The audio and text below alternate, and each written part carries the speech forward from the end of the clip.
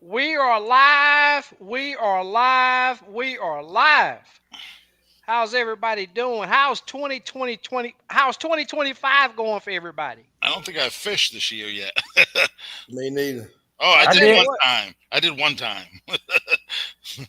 Yeah, this weather's been nasty down here. Yeah. You been on the lake, Travis? I fished. I think the last day I was on the lake was New Year's. New Yeah. Year's, New okay. Year's Day I was on the lake. Yeah. Yeah. I've been out a couple times in 25, but this weather got me landlocked right now. I've been in the woods. That's where I've been, SK, and myself. Yeah. I kind of I ain't burned out on the crappie fishing. I've enjoyed it, but when it comes hunting season, I think I have a bigger passion for hunting Yeah. than Yep. I do fishing. So I Yeah. I took a little break. I fished a lot this year, and I took a little break, and I've been chasing some deer. That's Yeah. right. Yeah. Well, it's on a downhill. I got till the 15th and I'm out of there Yep. on the hunting. So Super Dave, I always got to give Super Dave a shout out, man. This dude here does us all a big favor, dropping the links of how to get in contact with us. Always got to give him a shout out, Super Dave. I hope you enjoyed your holidays, and 2025 is looking prosperous for everybody. Yep. Uh, and LBG, Look, when you get on the water, man. maybe tomorrow, maybe I don't know. Look like they about to call me to go to work tonight already. Oh Oh, man. really? Yeah. Travis, I'm trying to get him to join this tournament too. Yep. Yep. Yep. It's gonna be a good time. Yeah. Yeah. Yep. Get in it. Yeah. See, Yeah, there's Crappie Masters coming to Fork. I seen that. Yeah. Showdown. I seen that. You know what? I fished the bracket showdown the last couple years, and it's a good time. I don't. I'll be honest with you. I'm not. I don't like the 3 day tournament. I think especially for somebody, and I don't like the 3 day format. I don't know. I just don't. But with it being on Fork, no travel, no hotel Yeah. expense, no nothing like that. I'm fishing it. Yeah. Yeah. yeah, No, yeah. that's You Hey, right. see, for some y'all. reason, Jerry is having a little bit of trouble getting on. He said his link or something is not working. Should use And the same. Yeah. should I be okay to forward that? Yeah. Yeah. Yeah. You Yeah. can use the same one. He said he tried signing up, but they want a credit card. No, you have to No, send them that no. link. That link has to. All right, hold up. Yeah. Yeah. That link works for everyone.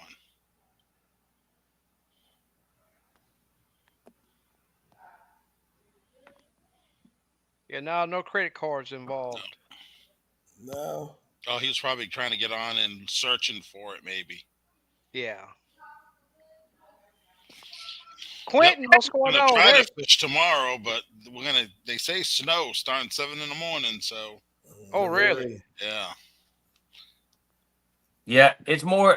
I've seen 9:30, 10, 11 o'clock here. Out east. Oh, okay, I kind of hope it does hold off because I got a few things I need to do in the morning. right. I'd like to at least fish till noon, but I don't think it's gonna happen. Yeah, it's gonna be kind of quick. Not Yeah, that far. Not that far west. nah. I know more north of us it's gonna get a lot more. I'm right on Yeah. the border on the south part of the.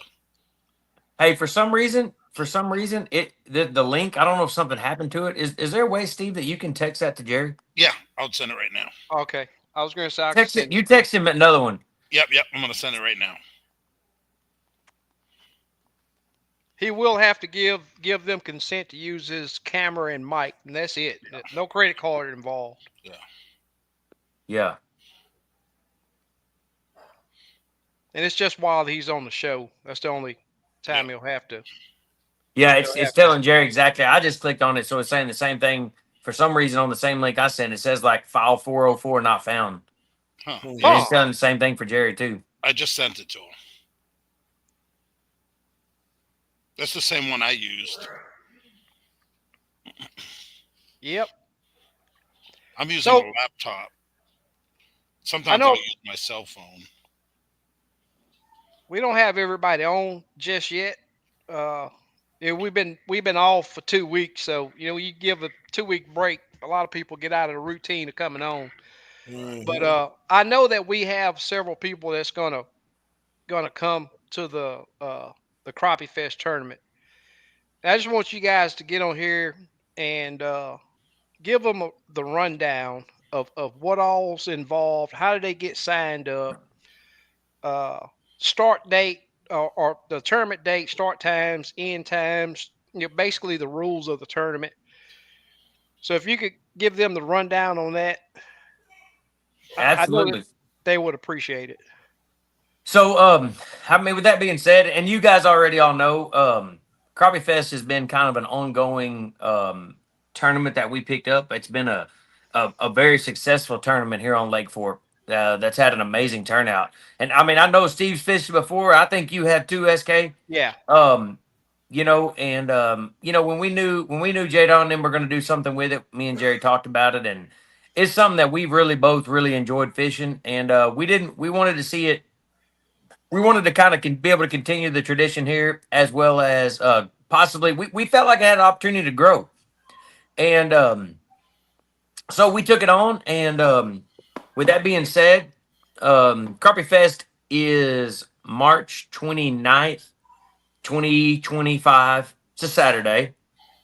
Um, it is a one fish tournament. You weigh in one fish at the end of the day, and what as of right now, it's set to pay top 20. That's subject to change as far as it's not going to pay less than top 20, but with additional turnout, with additional money, we may raise those places some. Then we would have to adjust accordingly. Probably from at least 10 up to pay more money to compensate for the additional places. The tournament's not going backwards; it's only going to move forward and get better. And so it's a one fish, big fish tournament. It pays. Not only does it pay the top 20, it also pays a 1 pound fish, 100, a 125, a 175, and a 2 pounder. If you catch those exact weights, it pays 500 for the first fish and 250 for the next fish. So we're giving away. We're gonna have other ways to win. We're paying smallest fish. We may do some different things that are gonna pay throughout the tournament that we're not gonna announce just yet. But we have an absolute pile of prizes and guide trips and everything to give away that people have donated. There he is. Man, that took. But I'm talking. I don't even know how many raffle prizes that we're gonna have. That go along with this tournament with your entry as well.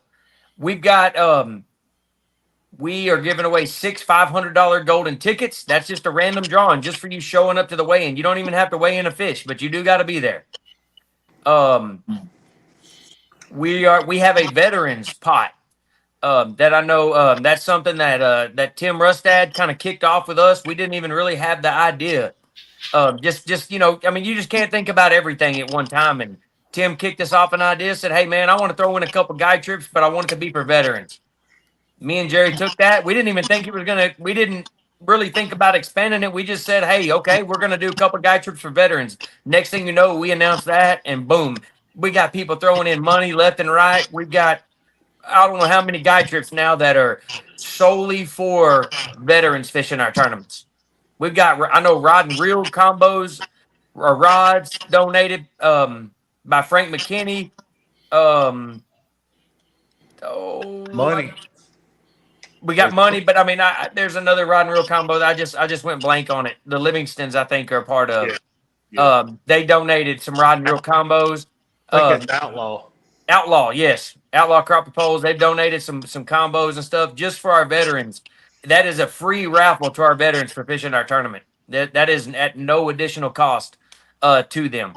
So that's kind of something that's just really taken off. We didn't have any intentions of it doing anything more, anything less with it. It just kind of naturally took off, and I think we're blessed to have it, and I'm proud to see doing what it's doing.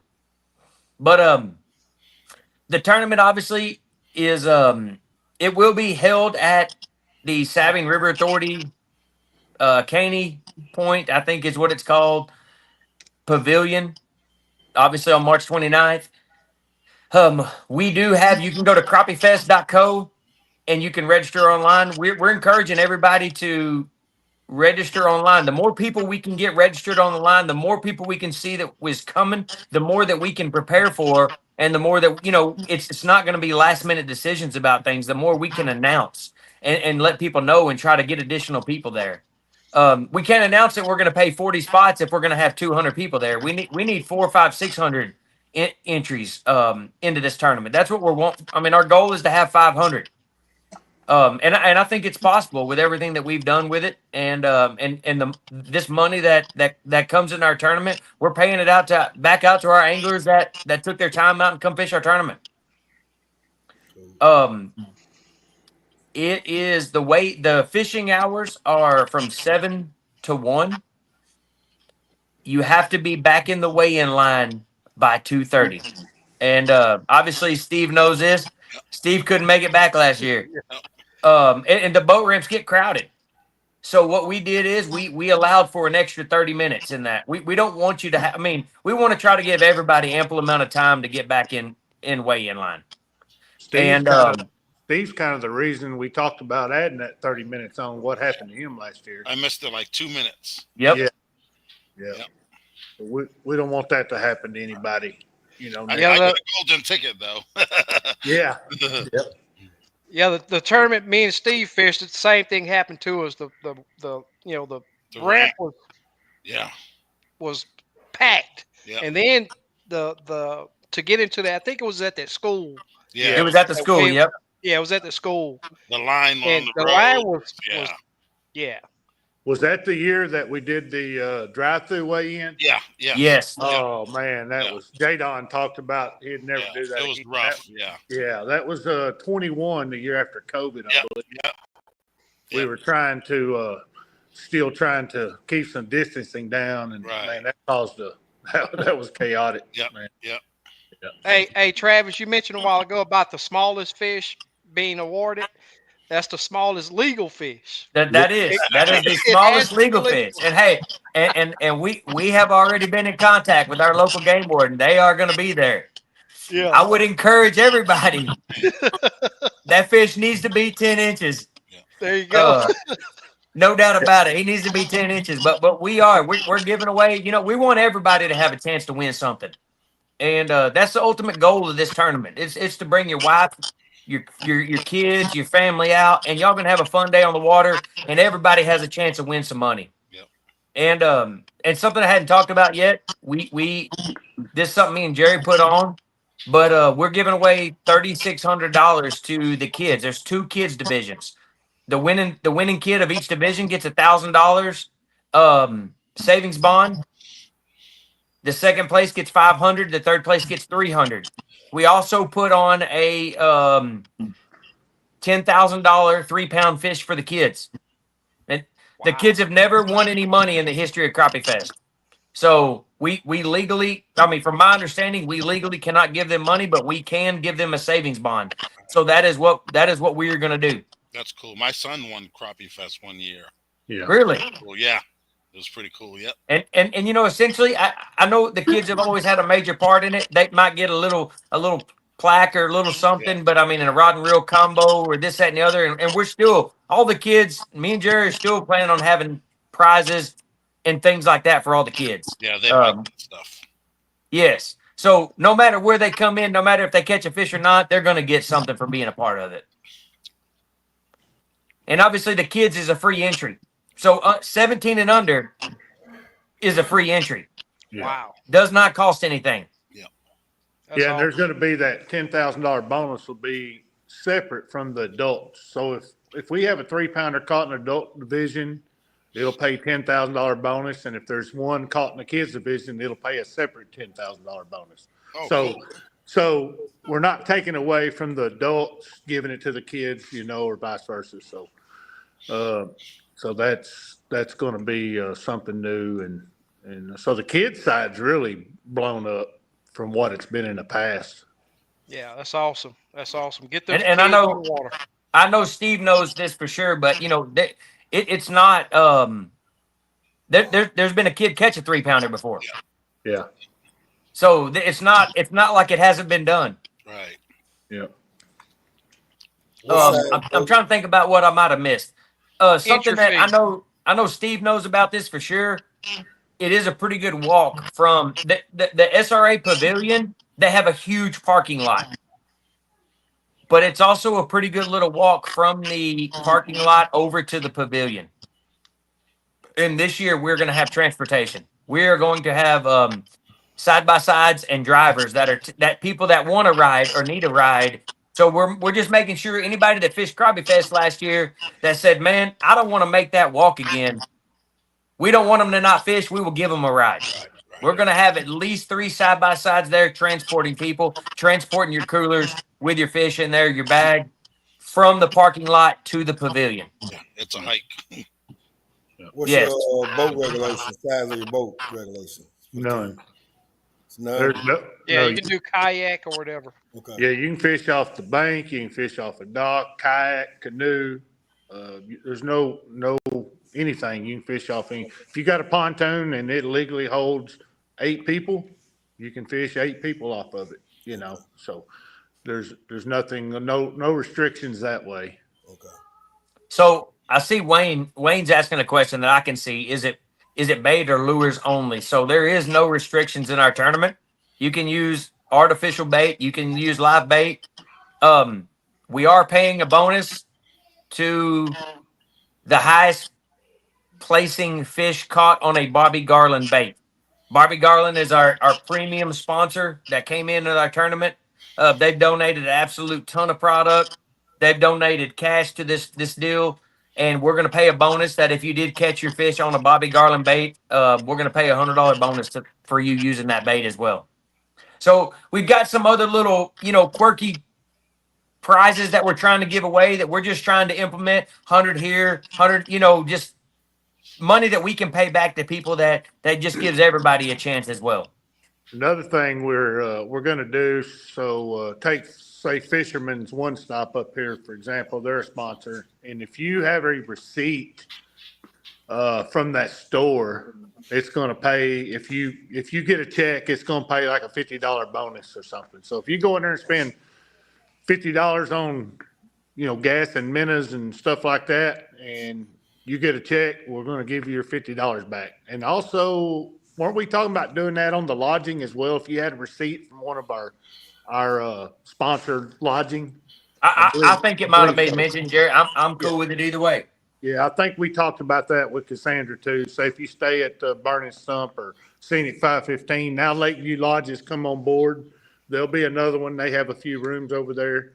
And if you have a receipt, say you spend a night or 2 nights or 3 nights, it's not a lot, but it's a little bit, it's a way for us to try to help people support those people that are supporting us. And it'll also give you a little bit of cash back, I see somebody, it's $100. I see Fly Guys asking how much per person. Yep. $100 entry fee. It's been the same for several years. And in the past, NOCC got $25 out of that entry fee, and which we're not doing that this year. We're still going to support the NOCC in some way, but we're not taking any monies out of that $100 entry fee.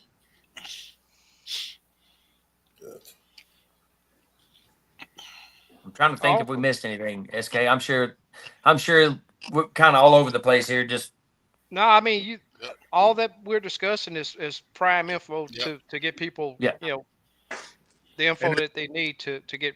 And there's no off limits, so there's no off limits for the tournament. You can fish right up till the day before. You don't have to worry about having any off limits. So if you want to come down the weekend before and pre-fish, or you want to come down a couple of days before and spend a couple of days pre-fishing, you can do that as well. Awesome. I had a thought on my mind, but when Jerry brought that up, all I could think of was don't go out there and catch that 3-pounder pre-fishing. you're done if you do. I did it one year. I caught a 347 the day before and put it back right by a tree, and we started on that tree. We ain't caught a fish. Yeah, I caught a 294 the Saturday before. Yeah, week before. I know my cousin James caught one like the day before. Yep. I was right near him. Yep. Yeah. 320 something, I think. Yeah. Yeah. I mean, so it's happened to a lot of people. So you might want to cut that hook off if you're going to Yeah. practice. Exactly. I see Dale asking what lake is this at. Dale, this is on Lake Fork. And it is March 29th, 2025. It's on a Saturday. Awesome. Well, I think we've unless we have other questions pop up on how to get registered and any of the other rules, I'd like for you guys to give a little if possible, give some information on something that for a novice to Lake Fork could possibly, use to go over there and find some areas that has some fish and techniques and what's you guys' favorite baits, sizes, and techniques that you guys use. I'll let Jerry go ahead. Being into March, those fish, there's going to be fish real shallow spawning. There's going to be fish that's already spawned out probably, and there'll be some that haven't spawned. So, there's going to be fish caught. You could catch them in a foot of water, and you might catch them in 30 foot of water. I guess it would depend on how you're fishing, or if you're live scoping, going out there, with a single pole. What I did last year, I finished third. Travis, I know a lot of us all started in the same area. We were chasing Roman fish, and I ended up making a move. I caught some 2-pounders, but I moved out to I was in the mouth of Burt's, just to be honest with you, and on the edge of the boat lane, and caught a 243. I think 244 won it. That's how close it was. And Wow. That fish was like in 30 foot of water, about 12 foot deep, sitting on a fork in a big stump, spawning. So you could catch them. There'll be fish caught off docks that time of year. And one Yep. year a 3-pounder was caught on a brush pile under a high line way up north in probably about 8 foot of water. So there's a lot of different ways you could catch them. I guess it's just going to depend on the style of fishing. If you're live scoping, man, you can throw that trolling motor down and just cover water. That's probably be my best advice to give you is just cover water and look for that big dot. Bait wise, I think I caught mine last year on a hair jig. Minnows. You can't go wrong with minnows. Bobby Garland baits, any of their baits are good. Steve's got some great baits. I don't think the bait that time of year though, fish are pretty aggressive, and you get a bait in front of one of them, usually they're going to bite. I don't see. It's not like it is in July or sometimes this time of year where these fish get real finicky. They're pretty aggressive. So pick your favorite bait, something you got a lot of confidence in, and just drop it in front of many as big fish as you can find. Awesome. Do you have a size preference during that time? Is it? I guide. I'll be running big 2-inch beaver bottom baits sometimes, and then I may be running a 32nd ounce hair jig too, just depending on how the fish are acting and what I'm doing. Yeah. I would say that time of year I'm running a little bigger bait generally, and it depends on where I'm fishing. I'm fishing up north where maybe it's muddy. We've got some rain, then I'm going to get into more of your purple chartreuses or your electric chicken, something with some color in it.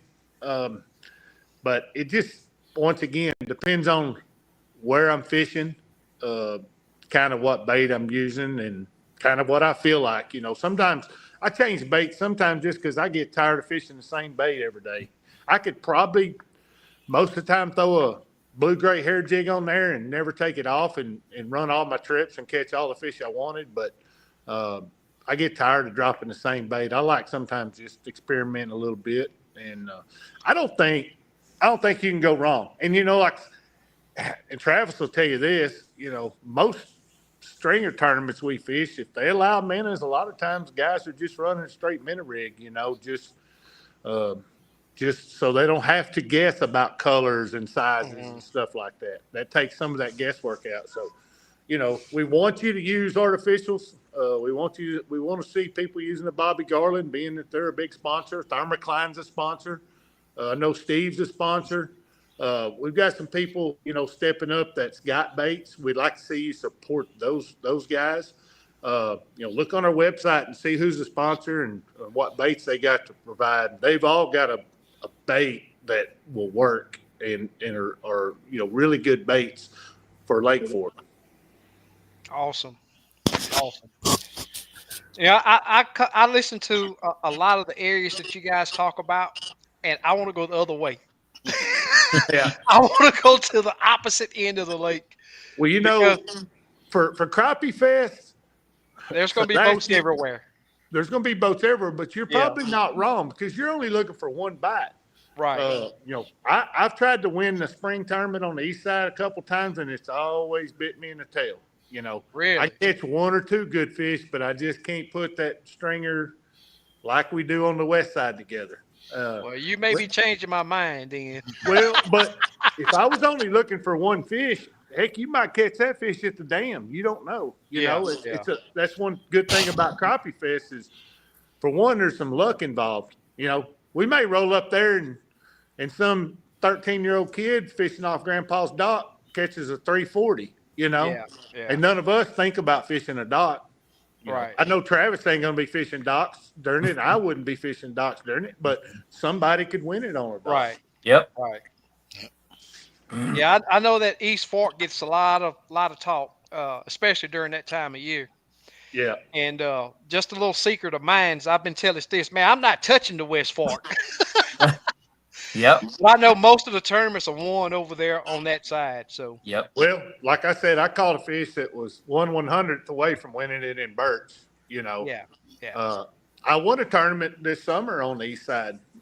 Now it was the summertime. It's summertime. I'm not scared to fish that east side as much, and I've caught some monster fish over there in the spring. And that's what happens. I run over there and I catch a big fish, and then I'm like, I'm gonna be smarter than everybody. I'm gonna get out of everybody's way and go over there. And then I bring in 13 pounds, and Kel Ward brings in almost 17. Wow. And fishing the same stuff that I fish every day. So I've tried to outsmart myself, but in the Crappie Fest, I think you could throw a dart on a map and have a chance to fish. Crappie Fest.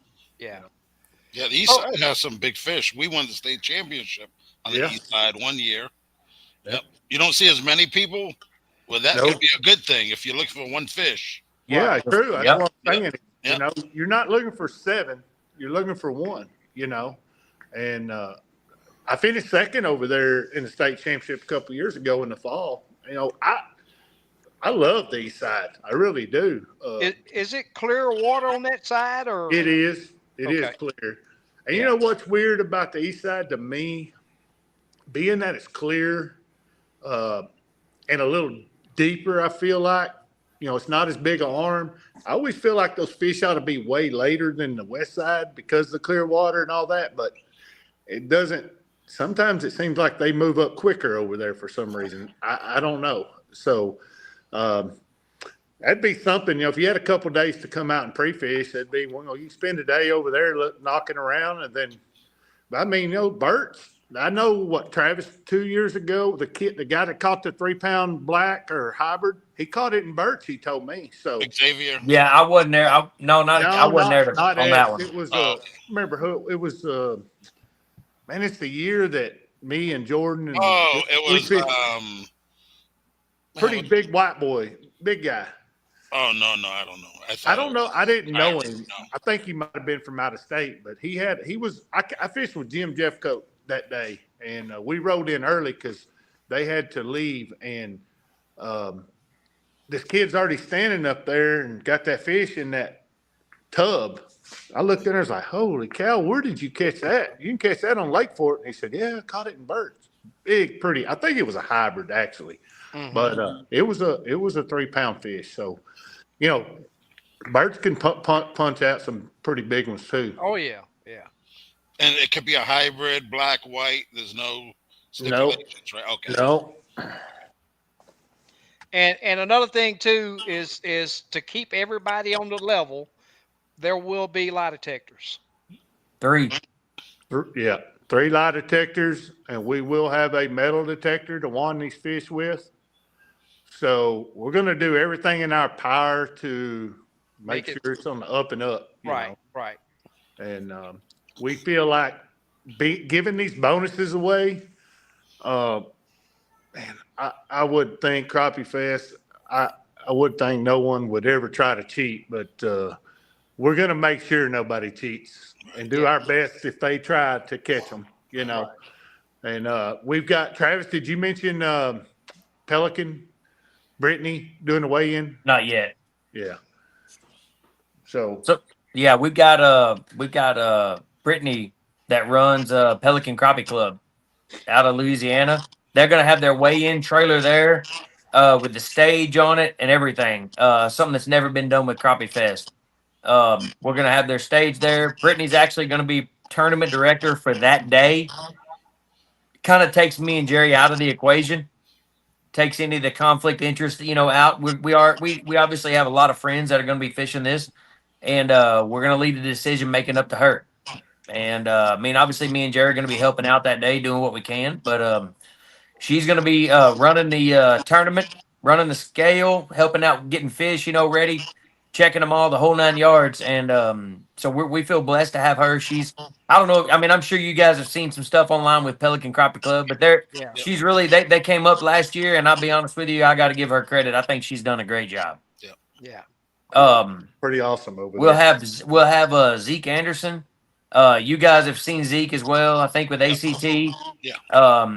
Zeke does a great job. I mean, that's something me and Jerry talked about. It was like, man, who do we want to MC? And you want that person that can get everybody, hyped up and has a good personality and has just a good charisma about them. It makes the event more enjoyable for everybody. And we kind of come to the determination that person was going to be Zeke Anderson. So he's volunteered to do it. And we're going to see how it goes. But honestly, I have high expectations for him, but I don't think he's going to let us down. No. Zeke will be awesome. Yeah. That'll work. I'm going to do a wing fry a couple days prior. I don't know what day yet. Yeah, y'all got a pretty big crew coming, I think. Or it's y'all got a few people coming? Yeah, there's going to be a lot of people. Yeah. People from Alabama's coming out. Yep. Where are you staying, Steve? You know? Yeah, we're over there at Burning Stump or no Lake Fork Marina. Lake Fork Marina. Yeah, because they sell my stuff. They hooking me up. Yeah. Okay. Yeah. Cameron. Yeah. That's cool. Yeah. I want to get there Wednesday. Them wings are hard to beat. Yeah. Jerry knows I've had them. I've cooked them they're in good. Missouri and. Oh yeah, they're good. Yeah. They're really good. Yeah, we're talking about maybe the night before some of us getting together up here at Bros and eating crawfish and. Oh, cool. It'll be a fun week, There'll be a lot of people down, and I know a lot of these, like Power Breaks. All them guys are getting a big house and coming down and staying and fishing during the week. Right. I'm sure me and Travis will be out there some. We'll have a lot to do. I don't know how much fishing we'll get to do that week, but we'll be around. So it's going to be fun. There'll be a lot going on. Yeah. It is. I'm looking forward to it. I think we've still got a lot of work to do, obviously, to get this thing, kicked off. But I'm happy where we're at right now. I'm happy with the amount of participation that we've got. I feel blessed that, so many people have reached out. So many people are doing things for us. Right. We've got so much help. And I think we're going to have an awesome turnout, just to be honest with you. What's your expectations? About 500, you think? We are hoping for 500. Okay. I don't know. I think I'd be blessed if we had 400, but man, 500 would just be awesome. Right. Yeah. We had 400 and something, I believe, the year you're talking about, the long weigh-in in 21. Right. We had 400 and something show up for that. So, and we've been hitting it a lot harder earlier than what Jadon did, and trying to get the word out, get it further out, doing the lives we do every week and all that. So I'm hoping that'll equate to a larger turnout. Cassandra's, we've got live music. There's going to be, which will be Marshall's Barbecue will be there like they were last year. Right. Shannon Wheeler's bringing his little ice cream machine. If y'all hadn't seen that little John Deere deal he's got, makes homemade ice cream. There's another, a drink truck. GG's. Yeah, GG's coming. We got a clown for the kids, face paint. I mean, there's a lot of stuff going on. There's other booths. Some kind of dart guns or Nerf guns or Yeah. something that the kids just love. I don't know. I don't know the exact details of it, but it's something of that nature. So it's going to be, there's a lot more going on during the day. We're hoping to draw a lot more of the non-fishing crowd out just to see it and watch it and then hopefully then people will see it and I want to fish it next year, Right. So, and if you get, it'll be good for your family, the wives and kids to show up. Even if they don't fish it, there's going to be something for them to do and something to see out there. It's not just going to be a weigh-in. Right. No, I mean, and that's where Cassandra, she has created, for lack of better words, an expo. Right. And we're gonna have vendors out there with tables that are selling stuff that are non-fishing related. I don't know, I don't have the exact list sitting in front of me right now, but we've had a lot of vendors reach out that are selling all types of things. We've got a lot of vendors that are going to be selling fishing products and baits and hand ties and just obviously power breaks is going to be there. There's going to be all kinds of stuff for you to look at. Boats. I know Sarton will be there and the CS2 Marines bringing some boats. Yep. So there'll be a couple brand new Blazer boats out there for you to look at. So I think I love where it's at, just to be honest with you. It's an event that's never been held like that, like as far as in crappie fishing, Bassmaster is a different story, but in crappie fishing it's something that's never been done before. Right. So, or here on Lake Fork, should I say. Yeah. It's that lake though. Yep. It is definitely that lake. Yep. World famous, Yep. Yeah, I mean, it's a special lake and it's a place where people want to come. It's a good time of year to come down here and spend a few days fishing and fish the tournament. It'll be fun, It's not like a big tournament, a big stringer tournament where you got a lot of money invested in, you're going to have money invested in rooms and stuff anyway, but your entry fee's a lot lower. You got a chance to win a lot of different ways. Anybody can win it. That's what excited me and Travis about Crappie Fest was this tournament doesn't cut anybody out on having a chance to win it. Age, your boat, your style of fishing. Yep. Anybody can win this tournament. If we all run off to, one of these other stringer tournaments somewhere, right off the bat, you're thinking, man, I'm probably fishing for 5th or 6th place before I even get there, and this tournament, everybody's got a chance to win it. There's going to be no favorite because if you look at the past winners, man, it's always been, guys, not that you wouldn't expect, but, you think of James Raines won it last year. X won it. Jerry LeBlanc won it.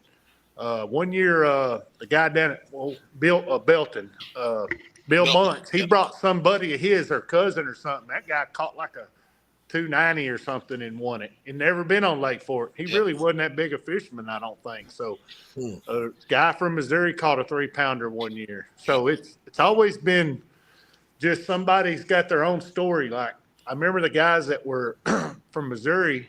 I know right where this brush pile's still there. I fish it some. Right by that power line. Yeah. I know exactly where it is. Yeah. Yeah. They weren't catching any fish. Old David Townsend was in the boat with them. They weren't catching anything. What's weird is that day Paul goes, we ought to go hit that brush pile. I was like, I ain't fishing that brush pile. I never catch a big fish on it.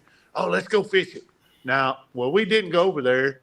But those guys, they weren't catching nothing, so they just pulled on there and tied their boat up and started catching a few fish, and wham, he catches a 3-something and wins $12,000. You just never know. You never know. That's right. So that's the beauty of this tournament. Yeah. Compared to other tournaments. Yeah. And I think it'll drag in the guys that don't have live scope. It's a tournament that you really don't have to have it. Right. Nope. Especially during that time of year. You can be fishing off the bank. Yep. And set the hook on that fish, Well, I tell Travis, it's kind of cool too. I would think this is a tournament where you can stand on stage and you're in front of Cale Ward, or something like that, where it's your chance to beat him.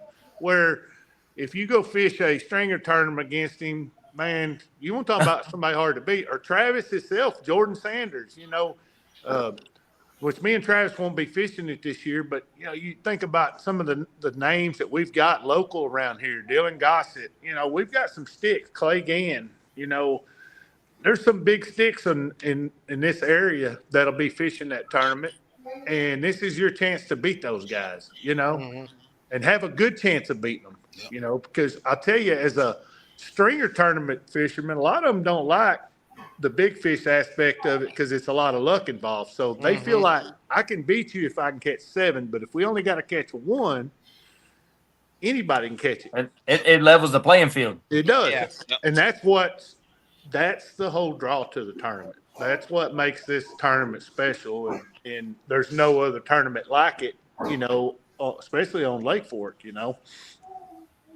So let me ask you this: the quality of fish. I know, Jerry, you do plenty of guide trips on that lake.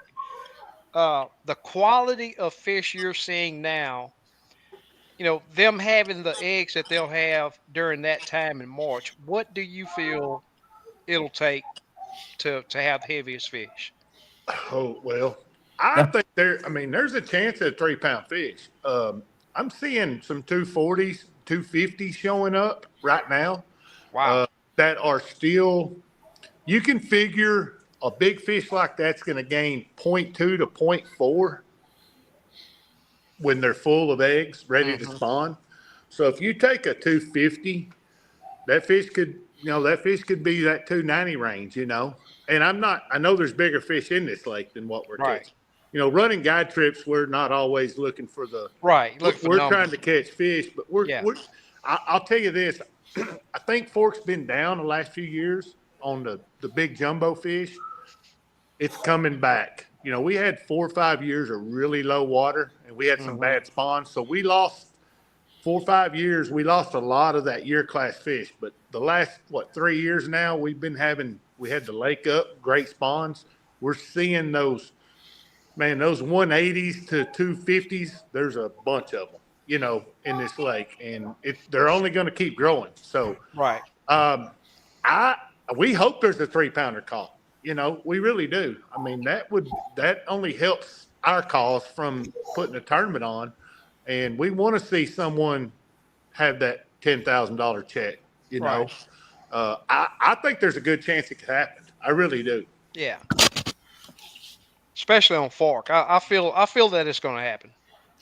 If you got to pick a lake in Texas to do that on, probably, I don't know what lake you would pick, that would have a better chance at it than Fork. Right. Yeah, I see Wayne ask, will the fish be released? This sort of pertains to the question that I had before of do the fish have to be alive? Now, I'm not saying with a crooked tail and beat up fins and all that, but there are some cases where I've struggled to. It's just one fish in a live well basically, so it's going to be easy for that time of year. But just in case, is there a penalty or something like that for a fish that's not alive? There won't be a penalty. And when Travis talked, we want these fish to be alive. Right. We're going to release many of these fish that are going to make it as possible.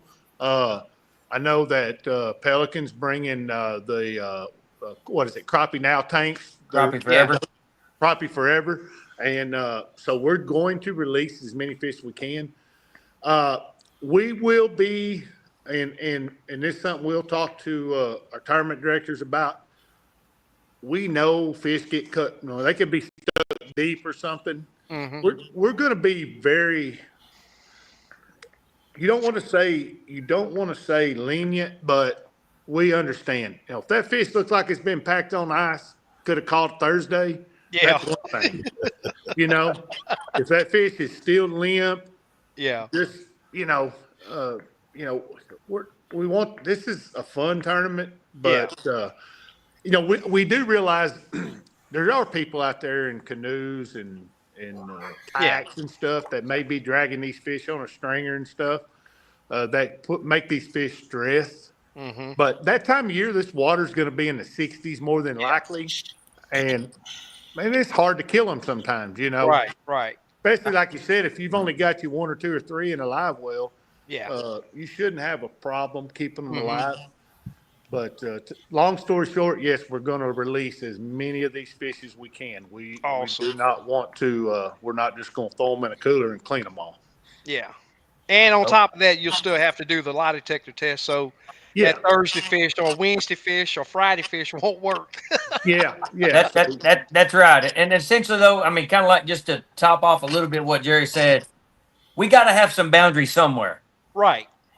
So we got to draw the line somewhere. We Yeah. can't just literally say, well, yeah, everybody bring dead fish in. Right. And because that's not what we want, and that's not what our goal is. Yeah.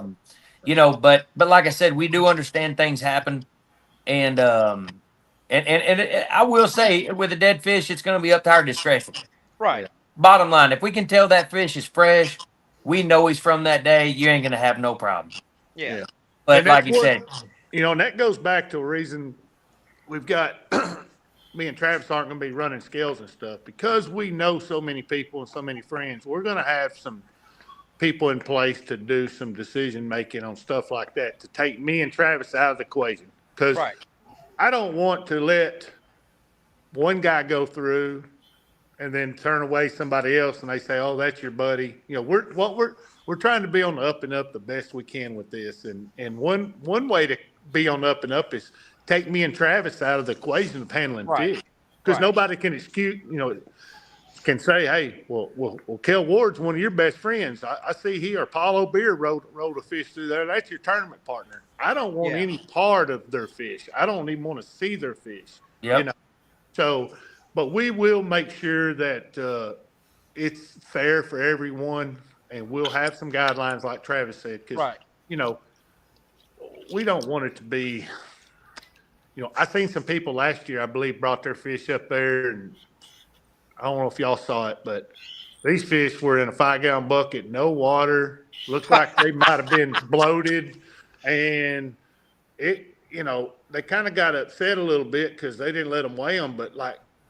Man, I mean, could you at least if you'd have just put water in that 5-gallon bucket, them fish would have probably lived all day. Right. Right. They just had them thrown in a bucket with nothing. They were dried out, like, well, they can't tell if you caught that fish today or yesterday, so it's going to take some on the angler's part. And, Exactly. You got to give effort to keep them alive.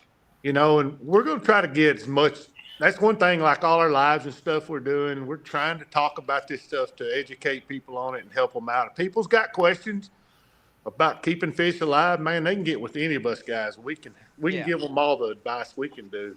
It shouldn't be that hard that time of year. And the reason why I bring it up, because I know that there's going to be people dock fishing, bank fishing, kayak fishing, and they're going to be having to keep them either on a stringer or possibly a dough net. Yep. Or a cooler. Yep. So. Yeah, and that's going to probably happen, Yeah. And a person with a boat with a live well, they shouldn't have an issue, especially not during that time. Or buy a $20 bubbler for a 5-gallon. Exactly. Yep. You know what I mean? That'll work. Exactly. Yeah. Oh yeah. It's not that hard. Hey, you know what? If I was fishing for a $5,000 fish, I want him alive. $20 on a bubbler. That's right. I might even buy me a little engle or something to throw them in. Yep. I agree. But we are. We like Jerry said, we've got Crappie Forever a part of this thing. They're providing all the tanks, all the G-juice, everything. They got a whole setup to try to rejuvenate these fish and get them bright. And what they do is they kind of go from one tank to the other. Boom, they make the cut. I mean, obviously, we're going to have some fish that don't make it. We're going to keep them fish. We're going to make sure that they go to somebody that that is in need of them, and they're not going to waste. And we're going to release these fish back in the lake. So that's why we want people to bring in fish, keep them as healthy as possible, because we don't want to just lop their sides off on all these big fish. We want to put them back in the lake. Yeah. One other question I got, then I'll hand it over to Steve and possibly LBG or somebody else in the comments. The one question that I hadn't heard many talk about. I know that there's a 2:30 weigh-in line deadline. Where do you go to check in for the weigh-in? So the check-in is at the SRA Pavilion. So as you walk up the sidewalk The sidewalk leads you right into the check-in. Okay, so I know there's going to be 4 or 5, possibly 400 or 500 people there.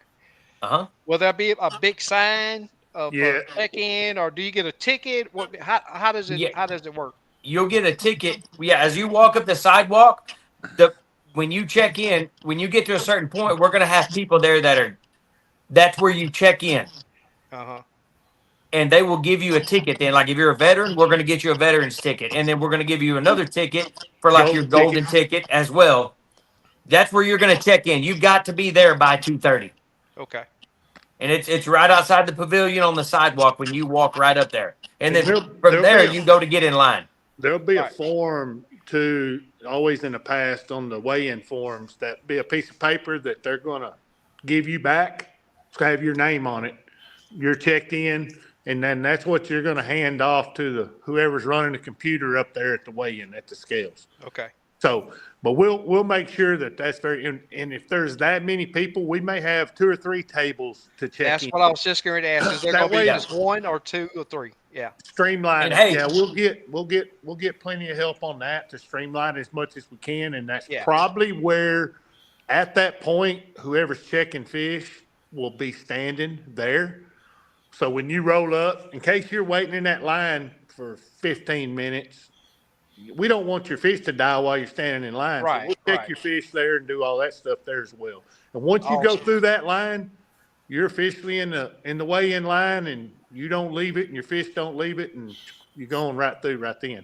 And that doesn't mean we may not start weighing fish before 2:30, because we don't want this thing to. If we had 500 people, this thing's gonna drag out a while. So we may start weighing fish at 1:30. Or 2 or something while there's still people not there yet. Just I'd say once we get a good 30, 40 people in line, we're probably gonna kick it off. Yeah, probably 1:30 or something. We may start actually weighing fish. So hopefully it'll start rolling pretty quick. And and only weighing 1 fish, it goes pretty quick. Right. And it'll be clearly marked, and we will do something depending on how many anglers we got, how many people we need over there helping you get checked in, because we do realize that could really ball up right there at that point. Right. What I always do is the day before, I'll do a drive walk or a drive over there and just check the area out. That way, weigh-in day, you're not scrambling. At least you know where to go. Well, if you're fishing that side of the lake, you can put in there. There's 6 boat and you can pull your boat up right on the bank right there. That's what I'm gonna drive there. Yep. Yeah, that's what I'm. And that's essentially that's what we did last year. We had a couple people when we launched that morning from the West Arm. They got our trucks that morning. They drove our trucks over to the SRA pavilion. So when we got done fishing, we just drove our boats around. And I parked right beside Jerry on the. We literally we parked our boats 50 yards from or less from the pavilion. Yeah, from the check. Because it's got a lot of boat parking right there, and then you don't got to worry about the time frame. Yeah, that's right. I'm just gonna. But our trucks were sitting right there in the parking lot, just right across the cove from the SRA pavilion. But even if you didn't drive around there, it's really not that far of a drive. And I know Steve's got that new motor. Yep. Man, them motors are fuel efficient. Oh yeah. It's not that bad at all. Even if you were fishing up by 2946 in the West Arm to run all the way around, get done with the tournament, and then roll back around and go to your truck. You never even loaded up till the tournament, till everything was over with. Yeah. Right. And if it was me doing it, that's probably what I would do. Yeah. Well, in case you wanted to run the east side or the west side or whatever you want to do, you could put in there, or whatever, and have access. You wouldn't feel so cramped if you put in somewhere. But that's an option. We hope a lot of people do that. Plus, then the people that drive over and park in the parking lot, it's a good place. Oh, and another thing, I don't know if you touched on it, Travis, the sign-ups for the tournament. If you're going to sign up the day before, that afternoon, or the morning of, will be at the SRA.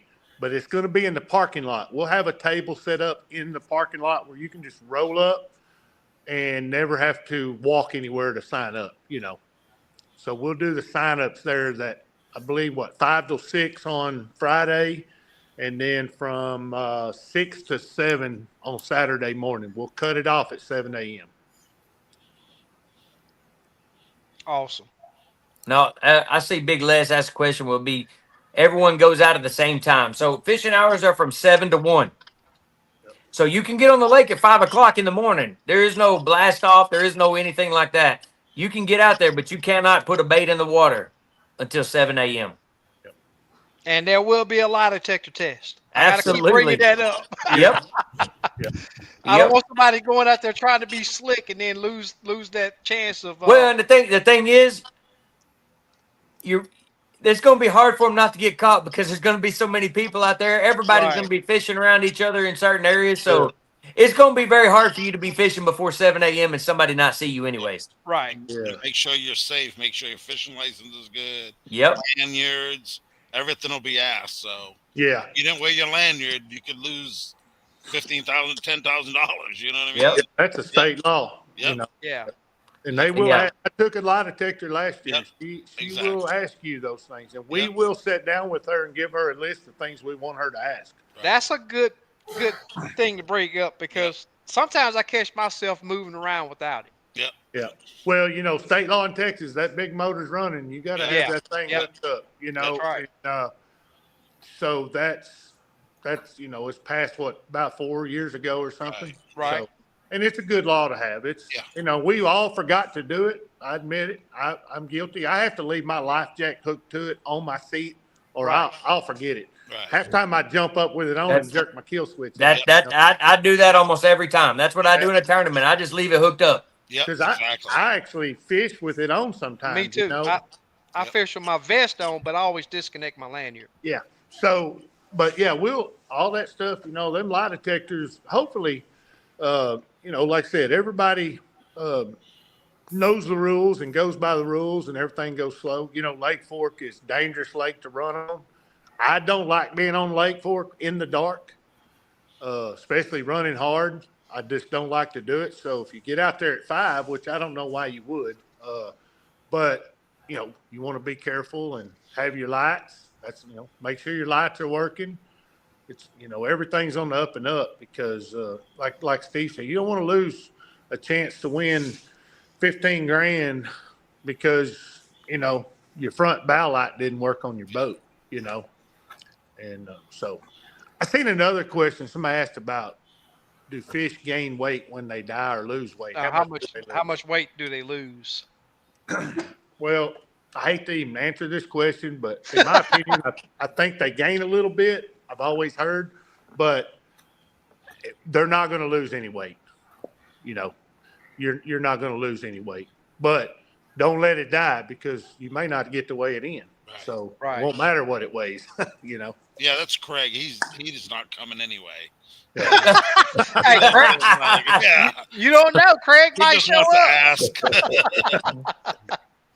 Craig might show up. You I never talked to him the know. other day. He wasn't coming. Oh, okay. He just wanted to be part of the family. Awesome. Well, guys, I'm not gonna keep y'all for hey. When you ready to get off, you say, "Hey, we'll holler at y'all later." I really do appreciate y'all coming on, and anytime y'all would want to come on, Maybe when it gets closer, like 3 weeks out, maybe. exactly. I'll refresh Come back or on and something. Yeah. and we got low attendance tonight. We've been off the air for a couple of weeks just due to the holidays. But man, I know there's a lot more people that's going to want to come to this thing. So And people watch it every day, so they Hey, the viewers. all I can say to you guys is me and Jerry are open to anything. If you guys have any ideas, if you guys have any suggestions, man, we're all ears. We're not going to take offense to something. All we're trying to do is put on a good tournament for the anglers, and we appreciate everybody coming out, and we want to make it the absolute best time that we can. So there may be things that people have thought of that we just haven't thought of. So we're open to anything. If anybody's watching, anybody sees anything, reach out to us. If you want to help in any way, Steve, I know I even left Steve out earlier on the veterans deal. Yep. Not intentionally, but because we have so much, I just can't remember. Right. I know Steve gave a pack of I think any veteran that wins a guide trip, Steve's giving another pack of baits away to them. Yeah. Every On top of being a sponsor of Crappie Fest. So It's just every little thing keeps growing in every aspect. And if you guys have anything that y'all want to do or contribute to Crappie Fest or any ideas that we need to do not hesitate to reach out to us. That's one of the things I want to get my point across. Awesome. We're not set in stone that this is what we're doing, and we're not up for any changes. We're not going to change anything for the worse. Nothing's going backwards, but we're trying to go forward. And there's the link from anybody that needs any info. The rules are on there. I saw the other day, and you can pay on there. Yeah. Yeah. You can sign up online. The registration's open now. Right. Yeah. We're getting rolling in every day. We're picking up a one or two every day. It seems like right now. So people. Yeah, I need to go ahead and register. But I know most people be like me. They ain't going to register till the day before. Every time I fish Crappie Fest, I'm doing it tomorrow. It was the Friday before, But the only difference, here's the difference I'm going to say in that. And I said it earlier. Me and Jerry are trying to grow this thing. Right. Whereas before, it didn't matter if they had 200 entries or they had 500 entries. It paid top 20. It paid the same amount. That's not our philosophy. That's not what we want to do. But we got to have participation to be able to grow this thing. Yeah. So the more participation that we've got, the sooner we've got it, the more we got opportunities to do with things and announce and maybe influence somebody to come. But we can't go out there and say, well, we're going to pay all this money or X amount of money. And next thing you know, me and Jerry had to dig 20 grand out of our pocket. Right. Yeah. So that's just kind of where we're at on it, and but our heart's both in the right place to try to grow this thing and to try to put on one heck of a tournament. And like I said, we're not trying to fix something that ain't broke, because Crappie Fest has already been a very successful tournament. Right. And for everybody that's watching, everybody that's going to watch this thing, if I'm going, you need to go. Yep. You know what? And hey, this guy had a good idea right here. It looked like it ripping lips. Exactly. Me and Jerry, that's something we ain't talked about. But you know what? That absolutely is what we're talking about. Yeah. And that might be something. That's something we've not even thought of. But you know what? I'm all game for that. Yep. Oh yeah. That's pretty cool. Yeah, we need to write that down. Keep that idea, because that's a good idea. I mean, it sounds like stuff. I think we're actually, what is it? The oldest participant. Yep. There's already a prize for oldest participant. Yep. We've got that out there. That's why we threw in the last place. Just somebody's going to come in last. Jordan said it's going to be him. He's going to fish for it. I hope he does come in last. I mean, I really do. Hey, and here's something else I want to touch on, though, that I know I did not say. Any tie fish, the first fish weighed is always the leader. Right. Yep. So I want everybody to know that. This is not a tournament that if you got a big fish that you want to go to the back of the line. No. You want to have yourself up there in the front of the line getting your fish weighed, because I think it was last year, didn't it, Jerry? There was two 244s and two 243s. Yep. I got third because I weighed in. You weighed first. But James Raines weighed first, and another guy came in and weighed at 244, but he got second. So Wow. So this is not a tournament where you want to lollygag trying to get the weigh in. Right. Because it could cost you money, because a lot of people are going to weigh the same fish. Like, just say, whether it's a 226, there may be 3 226s weighed, possibly. Yeah. And whoever weighed that one first, if it's in that top 20 or if it's in the check cashing, he's going to be the one that's, if that's a cutoff, he's going to be it. Right. Well, Paul got knocked out last year. He ended up 21st because there was a 222, 224 that a guy weighed before Paul. Yeah. Yep. And Paul ended up 21st, one out of the money. So, but that's kind of that's the best way, that not necessarily me and Jerry, but that's just the system that Crappie Fest has been using. Right. I don't know of any other way to try to improve that. One fish, that's about the only way you can do it. Yeah. That's right. You can't use a big fish as a tiebreaker because we're only weighing one. So, One Yep. fish, right. So that's the only way we can do it. That's the way it's always been done. J-Don, after 10 years they did a heck of a job, and a lot of the problems, thank God, they already went through. We learned a lot over 10 years. So when we took it over, we learned some stuff, what to do and what not to do, and why certain rules are in place. Right. So it's a rule. So everybody got to abide by it. Say multiple 3-pounders get caught. It's the biggest. The biggest one. Okay. he's going to get the bonus. Now, that's not saying, you know, you're going to end up second and third with a 3-pounder. Yeah. But Right. the largest 3-pounder. Largest, okay. And if there's 2, 3 15s weighed in, it's going to be the first one weighed in. Yeah. Yep. You never know. Yeah. No. Yep. And I know y'all do this every week, but me and Travis been doing on our page too, on Crappie Fest, been doing a live every week, talking about Crappie Fest and having different guides and stuff on there, Right. doing this stuff. So if anybody, we'll keep doing that, just like we'd like to come back on board with you guys before it gets there and keep getting this out. And, we share this Thursday night stuff. Yeah. So, you know, I think tomorrow night's Dan Langston's going to be on there. So we're going to have different people and talking a lot about what we've covered tonight. And so if you need any more information, that's the place to look. But And that's on Facebook, right?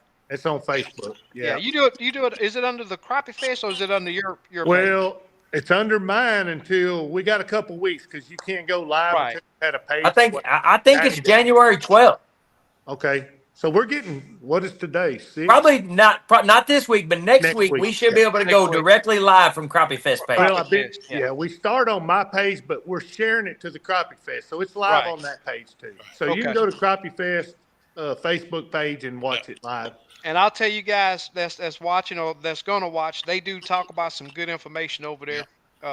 And they've had some really good fishermen come on live and discuss some really good tips and tactics to catch these well fish. Worth the time. It is on Lake Fork. These are guys that fish Lake Fork. So you guys I always tell people, you know, that's another thing about this tournament. Man, if you've ever wanted to meet one of these guys, meet these people that come up here and fish that you watch you see on commercials or you see on Facebook. Dude, all of these guys are going to they're more than happy to talk to you. They're more than happy to tell you about what they did. These guys would love to talk to you. And that's what's kind of cool. You know, you can come out to these places. You want to get better about your crappie fishing, go be around people that can make you better. Yeah, that's right. And that's one of the things, the biggest thing I felt like I learned in crappie fishing was you don't get better you get better out fishing, but you got to be around the people to learn how to make you better. Right. You got to learn what you're doing wrong or what you did this. And, you know, it's amazing to see how much I've learned from these guys over the past 2 or 3 years of heavily crappie fishing just by being around the right people. Right. And these aren't guys that are gonna roll back into Crappie Fest and zip their lips shut and not tell you what they did. Every one of these guys will tell you what they did, exactly how they caught their fish. Yep. And that's what I like about it, man. You want to learn, go be around people that can help you learn. Yeah. And I think 2 years ago, I was down the south end and I seen Cale Ward. We ended up talking for like 2 hours on the water. That's definitely not hard to believe. Yep. We just started talking and we both learned stuff. You know what I mean? Yep. I'm telling you right now, not one of these guys that I know is going to just absolute tell you a lie about what they're doing. Right. They are not going to steer you in the wrong direction. Yep. You could run into Kel Ward the night before this tournament, and he's going to tell you the area he's fishing and what he's probably doing and what he's looking at. Yep, exactly. Just because that don't mean you're going to be able to do it as good as he is. We all know that. Yep. But at the same time, he's not going to lie to you about it. Right. And hey, I do want to touch on. I do see Slabs on Deck ask about places to stay. So we got Scenic 515 cabins. They may already be booked. We got Burning Stump Lodge. I know 2 weeks ago they had a few rooms available, but they may be booked now. But we've also got Lakeview Lodge. So if you'll get a hold of Trey, just Google Lakeview Lodge, and get a hold of Trey. I believe they have some availability on Lake Fork for that weekend. Yeah. Yep, and do it now. Don't wait. Exactly. That's what I was going to say. Yeah. Yes, and hey, they do have. There's another cabin too that we just got on board with this down in Quitman. Remember the other day? I can't think of the name of it. We'll have to, Cassandra. It'll be on our website. She may already have it on there. There was some cabin down there. Cassandra keeps up a lot more of that than me and Jerry do. Yeah, Cassandra's she's doing an amazing job. She's going out hitting up sponsors stuff. She takes care of the website and all that. So she's way more up to speed on remembering that stuff than me and Travis, but it's all on there. You can go to our sponsor page and there has all that on there. There's a lot of lodging around the lake. Man, from Sulphur Springs to Quitman to Emery. Emery, So, but I would be, if you know you're coming, sooner than later, go ahead and get your room, because not only Crappie Fest, I think this is world famous bass lake, and there's people from all over the world down here bass fishing that time of year. Yep. So they're renting places. So get your room sooner than later if you know you're coming. That would be before I even sign up for the tournament. I'd try to get my lodging situated. You guys ever think about doing a Crappie Fest like other locations? We talked about it. We talked about it. We had talked about it doing this year, and then once we got into it, it just wasn't going to happen. Right. Right. We would like to. I think it would be awesome to have it in these couple other states. Right. When you start always Lake Fork. Yeah, always Lake Fork is. Yeah, it'll always be on Lake Fork. We won't ever get away from that. But is there a possibility we add a lake? Yeah. Yes, there is.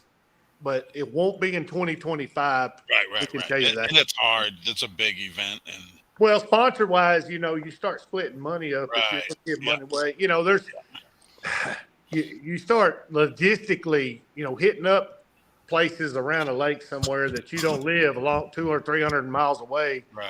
Man, it's hard. And I'm not saying it can't happen. We would love to see it happen, but we need to get this year under our belt. Right, and see good and bad. And Cassandra's already working on 26. There's some stuff in the works for the following year. So, we're wanting to build this up, and it could be that Lake Fork alone gets to be such a monster for us. Is what we'd really like to see. That we can't. Why go anywhere else? Right. Yeah. Cool. I think SK, there was a question on there I was going to answer unless it got. There was something on there that I saw that we were talking and I didn't cut in, but I've lost the question. The only one that I think it was Big Les Thomas asked, was there going to be a fish fry? No, there was a Ripping Lips that just asked a question. Huh. And it went away. Boat lanes. That's right, boat lanes. Oh, yeah, boat lanes, yeah. Okay, so you can get on there. I know there's a couple of different boat lane chips that you can buy. I think you can even get online and download them like a Lance Vic. Boatlanes.com is one of them. Boatlanes.com? Yep, that's one of them. But you can get online and download them. All the main boat lanes in the lake, though, are marked. You can run from buoy to buoy to buoy to buoy across the whole lake. There's just some other boat lanes that are not marked that may cut off the main boat lane. But, you've got the Lance Vic one. I don't know about the boatlanes.com, if that's associated with Lance Vic. I'm not sure. I don't know. There's one called Guide Lanes or something. Guide Lanes, What's the best one, you think? Or they're about the same? I want to say I had the Lance Vic one, but I've had it for like 6 years. Right. I think I've got Lance Vic as well on mine. And it seems good. There's a lot of unmarked stuff. Right. And when the lake was really low, a lot of places I used it, idled down and kind of made sure it was still clear. Right. Yeah. And I think he made that. I don't want to be lying, but when the lake was down several feet, but those buoys, like Travis said, you can do it just, corners and stuff. Be careful on those buoys. They do float a little bit. Sometimes I've seen them get drugged plumb out of the way. We'll look at one and go, that ain't where that thing's supposed to be. So I run the chip. I don't even pay attention to the buoys. I run the chips and I don't have, if you don't know where you're at, even in an unmarked lane, I would idle it first. Side scan it, make sure it's safe before you run it. It's not worth losing a lower unit, because if you knock a lower unit off, what's that on this 250? It's probably 10, 12 grand. 10 grand. So you'd have to win a tournament to fix that lower unit you tore up. So be careful, safety wise. You don't want to hit a stump. We don't want anybody to get hurt. But don't be scared. Everybody talks about being scared of Lake Fork. It's just like any lake. If you don't know where you're at, be careful. Just because you see water don't mean you can rip and run. Yep. Yeah. Don't Without a be doubt. don't be old Tommy Biffle. We were fishing Fort Gibson about 20 something years ago in a tournament, and we'd been running in this cove all week in practice. Nothing in the middle of nowhere. We're idling out, and I just start showering down. I hit a stump, spin my hub. I didn't know that stump was there. Anyway, I seen Tommy in town. I was talking to him. He lived up there, and I said he was a Bassmaster guy. If you don't know who Tommy Biffle is, famous Bassmaster elite guy and top 100. I think he's retired now, but he's famous for tearing stuff up. And I asked Tommy, I said, Tommy, you go to these lakes, you don't know. How do you know where you can run and where not to run? And he just looked at me and said, son, if it ain't there, if you can't see it, it ain't there. And I said, you got to be kidding, right? And he said, there's a reason why I have the reputation I got. I'm tearing up more boats than anybody on tour. He said, Wow. he skins it back. I said, well, you got more money than I do. I can't afford to do that. But Yeah. yeah, just Especially be careful. Yep. Well, I look forward to talking to you guys more Yeah. as the time get closer. I'm really looking forward. I know it's going to be a lot of fun. Not only fishing the tournament, but the days leading up to it. It's going to be a lot of fun had. Oh yeah, we have a good time. Get to meet people that I've never met before. Travis, I've never even got to shake your hand yet. Yep. So, I know we've seen each other in the boat, like passing, right? but Exactly. we've never actually just stood there by each other. Yep, and likewise with Jerry. Man, I read a Yeah. lot of your reports, man, and you guys that don't follow Jerry, he do more as detailed, if not more detailed, on his guide reports than I do. Yeah. I know we talked about me coming on here. Yeah, a couple years years ago, I think. Yeah, I don't know. We just never made it happen. But Yeah. uh, But we're crappie fishermen. That's just we Yep. just come on here and talk about crappie. Yep. That's all we do. Yep. And I try to do it every week. We do take a week off here and there, but usually once a week we come on and just chat with everybody in the chat about crappie fishing. Yeah. I will. I'll touch on this since I got Steve on here because I know Steve's using Dobbins rods as well. Yep. Dobbins Rod is closing their storefront in Sulphur Oh Springs. man. I was over there today, and there you can know. My understanding is, I don't know this to be fact. My understanding is it is moving to the GSM warehouse in Irving, and you can no longer walk in. It is no longer a storefront. Oh wow. Huh.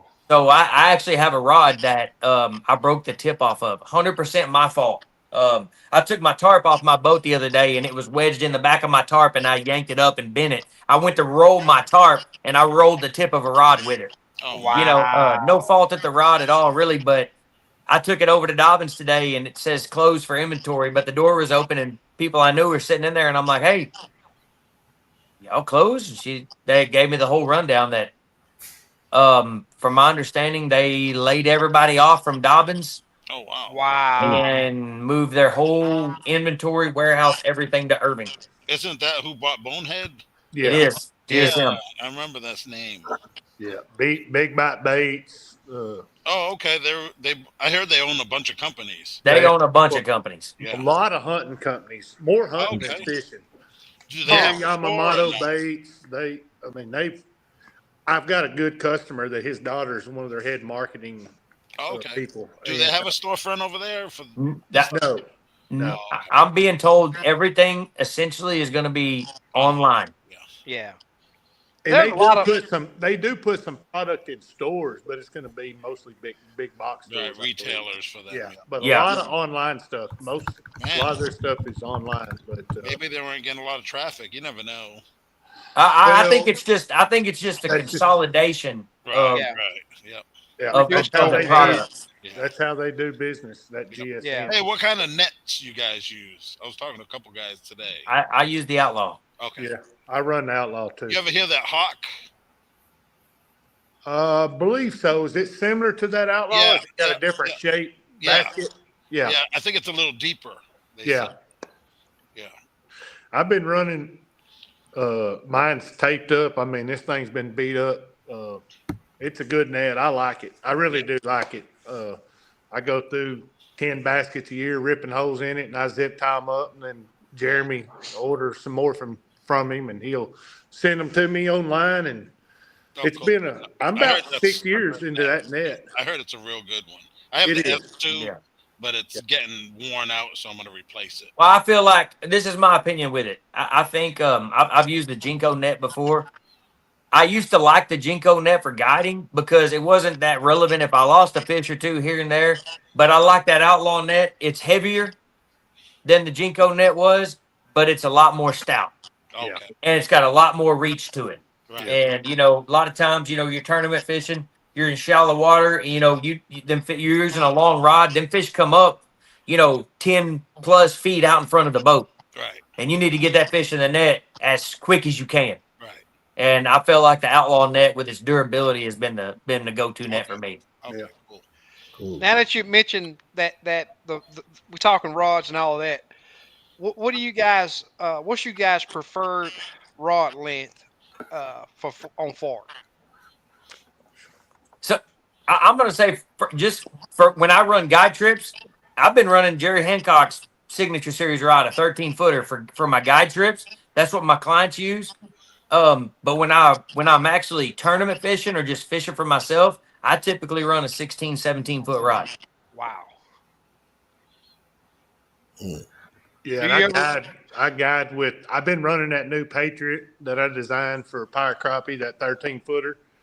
We've been fishing with it for several months. Matter of fact, I had the prototype. That's what I caught that fish at Crappie Fest last year, was a prototype of that rod. First time I'd ever used it was that tournament. I'm running it mostly. I'll still run that striker, that 11.5-footer some, but tournament fishing, I'm running the 15-foot Ghost, or I did run the 16-foot K-Rod some, but I really like that 15-foot Ghost tournament fishing, especially if the fish are shallow. I like the balance of it, the way it feels. And, Prevents from spooking the fish probably too. yeah, but I'd probably say a 13. If you just said you can only have one rod, I'd probably say give me a 13-footer. Yeah. I could fish with it 12 months out of the year. Nice. It's hard to run. Customers, you get over 13, Yeah. man, it's hard Yeah. to handle a 15, 16-foot rod. It gets heavy, and it's just hard. And, it's hard for people to handle a 13-footer. So I can handle an 11-footer, and they're going, man, how long is that rod? I've never seen one that long. Yeah, exactly. Hold on, I'll break one out in a minute. 18-footer and let you see it, But so it's all about what you're doing with it, Yeah, yeah. But, You ever see fish run on fork from boat slap or boat slap? Just sometimes it's not even that. It's just, I don't know. They got track shoes on some days, for no reason, and then it may be like a light switch goes off and they either quit running or they start running. Yeah. But a lot of it is boat slap. I would say most of it is from pressure from it. Yeah. Wayne, I can answer that question for you. Be sure to have a rain jacket in your boat. Yeah. Yeah. Yeah. Don't even talk about storms. For our tournament, we would be playing it by ear. The only way we would be canceling something is if it was a major event. Yeah. Yeah. Yep. If we had 40, 50 mile an hour winds and just something crazy. Yep. We've had some wind come up during Crappie Fest in the past. We've had some rain a few times. We've had some cold weather, and then I think I was fishing in shorts last year. Yeah. I think the last 2 or 3 or 4 years have been beautiful. Yeah. So I know one year we had a big storm that one. Oh man. Oh yeah, blew in. Yeah. Yeah. I remember that. I had my 2 boys in the boat, and we sunk my Ranger coming into Axton's over there. Yeah. It didn't sink, but it filled up to where I had to come in on the trolling motor. My motor got underwater. It was bad. Yeah. Wow. We almost sunk in James Davis center console. Yep. Yeah, it was bad. Yep. Unbelievable. Any more questions anybody got out there? I think that's it. I looked through all LBG, of them. Steve? Yeah, I'm good. No, I just need to know how long your boat had to be. As long as it ain't got to be no. No, as long as it's legal. Yeah, Yeah. it's legal. Hey, you can walk out there in the waders for all I care. Yeah. Yeah. Watch them alligators. Yeah. Yeah. Once you lose down, I can handle. Do Florida actually have alligators? Yeah. Oh, Absolutely. yeah. It's not something to be scared of, you know, but it does have alligators. Yeah, I see them several years. For the most part, I'm going to say this. For the most part, they are not typically where most people are going to be crappie fishing. No. Okay. I'm not saying there's not one scene here or there, but they're mostly in one certain area of the lake, and it's really not where anybody's going to be. I want to be there. You might, hey, March 29th, if it was like a warm day or something, or that weekend, they might be out sunning by then. You know, I don't know exactly when they come out, but Yeah. I know, hey, I've been on the lake for years. I have never seen an alligator in Lake Fork until this year. And it's because I went where they're at. Yeah. Okay. And me and Jamie went up Little Caney. And we just went. It was like a Sunday afternoon. It was, I want to say maybe it was in May. I got a picture of it on my phone, but it was a hot afternoon. You knew they were going to be out. Uh-huh. And man, they didn't disappoint. And we went up in there, and man, we saw some big alligators. Nice. And I'll never forget. I had one I rolled up on. I got the video on my phone. I snuck up on behind him. He was facing directly away from me, and I just started videoing him. And I literally got within 20 or 30 feet of him before he knew I was there. I was very, very quiet. But man, when he saw me, he thrashed and he went down in that water. It's like, oh my goodness. Yeah. And I had my live scope running, and he just ran down that little ditch right there where he was sitting. He ran right down in that ditch and just laid on the bottom. Yeah. I caught this one last year. Yeah. Let me put you. Oh wow. Oh wow. That's pretty cool. That's cool right there. I got one, a little alligator. There's this restaurant. If you have alligator, they give you the head when you leave. That one didn't come. Yeah, Like, it's pretty cool. that one didn't come from Lake Fork. My son killed that on the coast. Yeah, I was about to say. Yeah. We better get that. We better get that clarified before somebody thinks there's a season here. You do guide trips for alligators? No. Actually, he was hunting with game wardens when he killed that down on the Wounded Warrior hunt on the Texas coast. Yeah. Cool. 12-footer. That one there was 12 foot long. Nice. Yeah. Yeah, a lot of people don't think they're on the coast, but I've seen a bunch of gators down there, Oh, yeah. and especially in the brackish water. Yep. That's They where thrive in it. I never. I seen know. that I mean, water. I know. I've been out of Venice before fishing, and in that Mississippi Delta. Oh my goodness, there was alligators everywhere. Yeah. Yeah, we got a reservoir down called what's the name of it, LBG? Sheldon Reservoir. Yeah. Man, that thing got gators when they're laying on the bank. They stand up 4 foot tall. Dang. Holy smokes! That thing got some of the biggest gators I've ever seen in it. Yep. Giants. And it's just a little small reservoir. Yeah. But it grows those alligators big. Oh, one guy said he graduated with Rick Clunton. Yep, that's JR. JR, yeah. Oh, really? Oh, yeah. I'll do that. JR showing his age now. So he's got to be 70 something. Yeah. Yep. Yeah, JR's always on here with us live. He fished the local lake down here. Yeah. Yeah, really good guy. Rick Loves to crappie fish. legend. Well, guys, Yep. I've had me a long day in the stand. Yep. And like I said a while ago, I mean, I'm not saying, oh, here's another question. Oh, no, that's we the same talked one a while about ago. that, Yeah, we already talked about that. Yep. But I really do appreciate you guys coming on.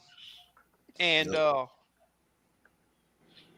we'll do this again Yeah. Like a when it gets Yeah. closer.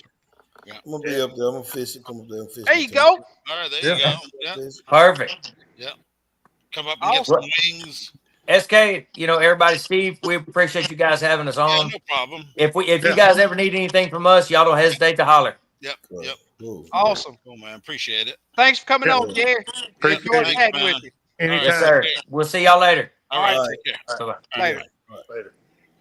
Everybody in the chat, we'll be back next week, and we'll talk some more about crappie fishing. Yep. Until then, as we always say, what's the favorite saying?